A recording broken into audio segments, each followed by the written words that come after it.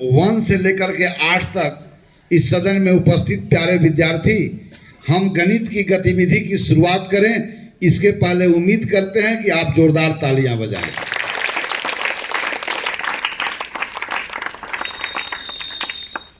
गणित नेत्र का विषय है। Math is not subject connected to your mind, math is the subject connected to your eyes. अर्थात अपने परिवेश में घटने वाली घटनाओं का जब सूक्ष्म स्तर पर आप अवलोकन करेंगे तो गणित आपके लिए बहुत ही आसान हो जाएगा। अर्थात गणित की जब बात आती है तो घटनाओं का जितना बेहतरी से आप अवलोकन करते हैं, घटनाओं को जितने माइक्रो लेवल पर ऑब्जर्व करते हैं, गणित आपका उतना ही स्पष्ट हो जाता है। तो फिर मैं एक बार आपको दोहराता हूं, गणित मस्तिष्क का विषय नहीं, गणित नेत्र का विषय है। आपका मस्तिष्क गणित के बारे में सही फैसला ले, इसलिए आपके नेत्र के द्वारा घटनाओं के संबंध में सूचनाएं भी सटीकता से पहुंचना चाहिए। यदि ब्रेन तक नेत्र के द्वारा सूचनाएं अगर नहीं पहुंचती है तो ब्रेन उस स्थिति में उस घटनाओं को सही ढंग से विश्लेषण नहीं कर पाएगा और आप कोई ठोस निर्णय तक नहीं पहुंच पाएंगे। इसलिए गणित पढ़ने के पहले अपना नेत्र को खोल के रखो और वहीं पर आपकी नेत्र टिकी रहनी चाहिए जहां पर घटनाएं घट रही है। ओके, चलिए।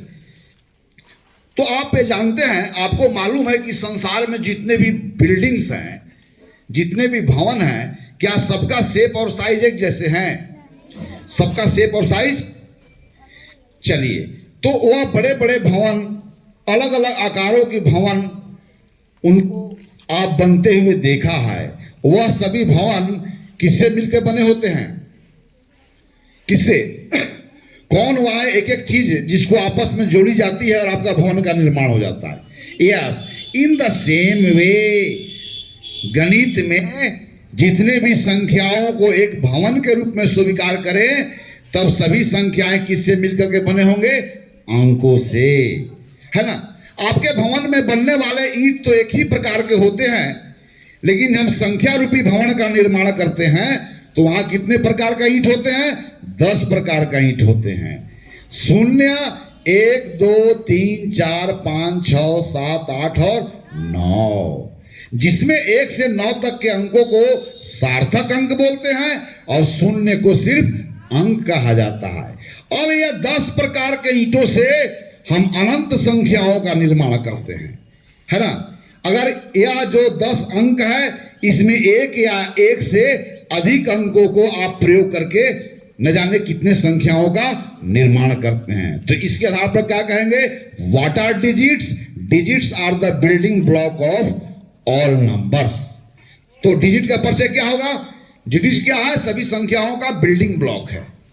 ओके, और मैं पहले कैसे बताया हूं कि डिजिट क्या है? The figure which are used to represent और एक्सप्रेस और show the number are called digit. तो digit are nothing but only figures by which you are expressing some quantity.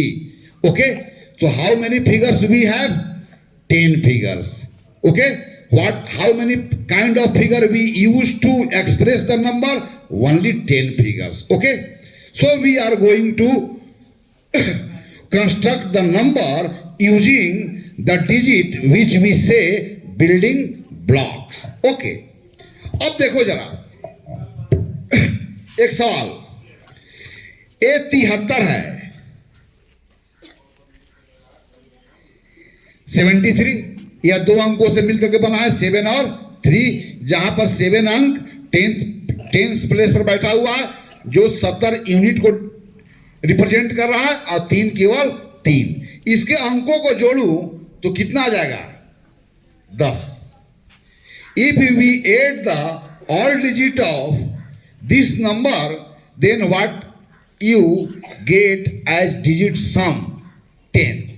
अब यहां पर प्यारे बच्चों 0, 1, 2, 3, 4, 5 एंड 9 तक इस सभी ब्रिक्स का यूज करके, जिसको हम लोग ईटा बोल रहे हैं या बिल्डिंग ब्लॉक बोले, आपको यहां पर एक संख्या लिखनी है जिसके डिजिट सम क्या हो? 10 हो।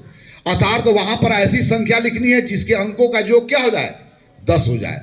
तो 10 अंकों का योग हो, इस आधार पर बहुत सारी संख्याएं मिलेंगे। तो पहली संख्या में लिख डाला 73, जिसका डिजिट सम क्या हुआ, 10 हुआ। अंकों का जो क्या हुआ, 10 हुआ।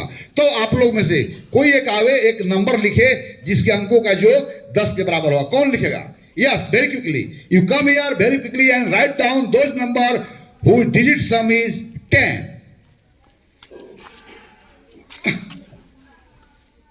Yes. और कोई है इधर से? Yes, आओ, you come here and write down those number whose digit sum is 10. There will be many numbers we have whose digit sum is 10. Very nice. अब आ जाओ, कोई और लड़के आवे, कोई और आएगा? Yes, you come here. तो यहां पर जो 19 है उसके भी अंकों का योग 10 है, 64 है उसके भी अंकों का योग 10 है। तो आपको ऐसे कितनी संख्याएं लिख सकते हैं जिसके अंकों का योग 10 है, छोटे बच्चों के लिए? आ जाओ, वेरी फाइन, आ जाओ जी। और कौन लिख सकते हैं? इधर आइए। पहले मैं उम्मीद करूंगा कि छोटे बच्चे इसमें आवे, और तब अगर इनसे नहीं बन पाएगा उस स्थिति में आप इनको हेल्प करेंगे।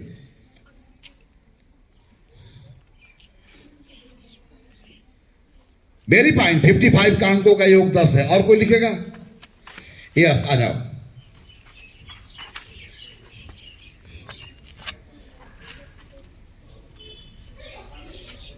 वेरी फाइन, और कोई लिखेगा? यस। 84 देखो गलत है ना, तो क्योंकि इनका अंकों का योग कितना हो जाएगा, 12 हो जाएगा, इसलिए your answer is wrong. Make it correct. Who will make it correct? चलो आ जाओ। अच्छा, जितना भी आप संख्या लिख रहे हो ये सब न्यूमरल्स कहलाते हैं, इसको हिंदी में बोलते हैं संख्यांक। This is not a number, this is called numerals. The number which are expressed in the form of digit, then we can't call it number, we can call it numerals, and all numerals of 2 digit। तो 2 अंकों की संख्या आप लिख रहे हैं जिसके अंकों का योग 10 है। वेरी फाइन, और कोई लिख सकता है? आ जाओ तेजी से।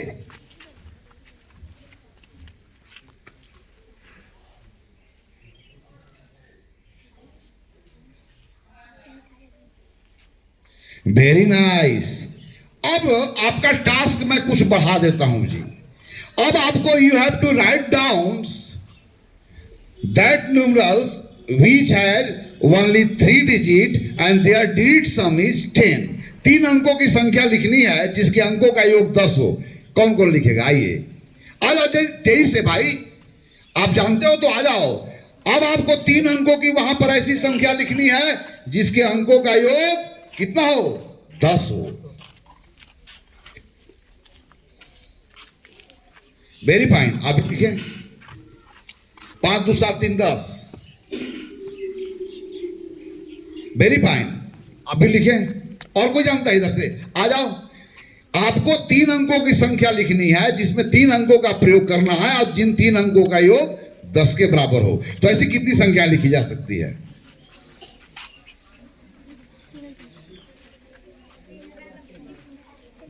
कितना हो गया? याद करेंगे कि वह कौन सा अंक है जो किसी संख्या के सबसे बड़े स्थानों पर नहीं आता है। वह कौन सा अंक है जो किसी संख्या के सबसे बड़े स्थानों पर नहीं रख सकते हैं? शून्य।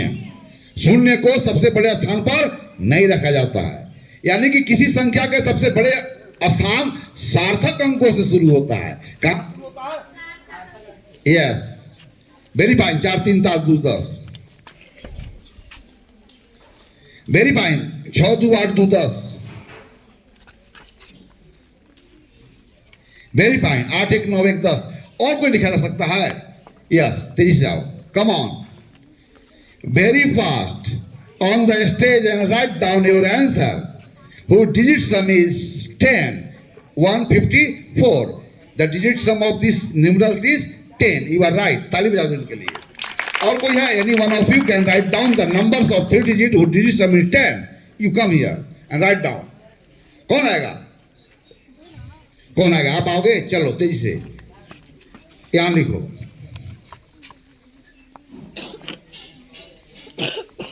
चलो आप लिखो। Very fine. तो इस गतिविधि को समाप्त करने के पहले, इस गतिविधि के द्वारा जो चीज हम आपको बताना चाहते थे वह यह है कि हमारी जितनी भी संख्याएं हैं वो 10 अंकों का प्रयोग करके बनता है।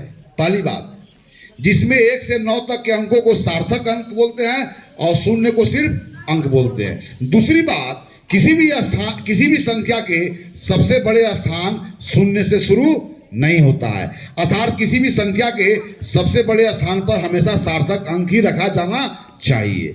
फिर आपको मैं टास्क दिया कि ऐसे बहुत सारी संख्याएं आपको लिखने हैं जिसका अंकों का योग 10 हो, तो अंकों का योग 10 हो तो आपने बहुत सारी संख्याएं लिखी हैं। अर्थात हम यहाँ पर संख्याओं का वर्गीकरण इस आधार पर करना चाहेंगे कि वह संख्या जिसके अंकों का योग 10 है और वह संख्या जिसके अंकों का योग 10 नहीं है। अर्थात हम अंकों के योग पर वर्गीकरण करेंगे तो वैसे कितने हमारे पास संख्याएं मिलेंगे जिसके अंकों का योग 10 है। आप क्या निष्कर्ष निकाला? इतना सारे उदाहरणों के बाद आपसे यह पूछा जाए कि ऐसी कितनी संख्याओं को लिख सकते हैं जिसके अंकों का योग 10 है? Very fine. इनफाइनाइट नंबर मेरे पास होंगे जिसके अंकों का योग 10 है। तो इस गतिविधि में हमें संख्याओं के साथ प्ले करने का मौका मिला और इससे हमारी गणित में अभिरुचि बढ़ गई है।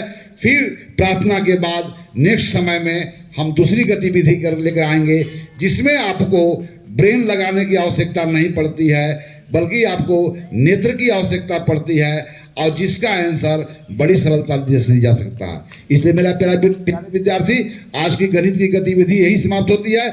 अगले सदन में हम संख्याओं के साथ कुछ और प्रकार के खेल खेलेंगे जिससे गणितीय अवधारणा हमारा स्पष्ट हो।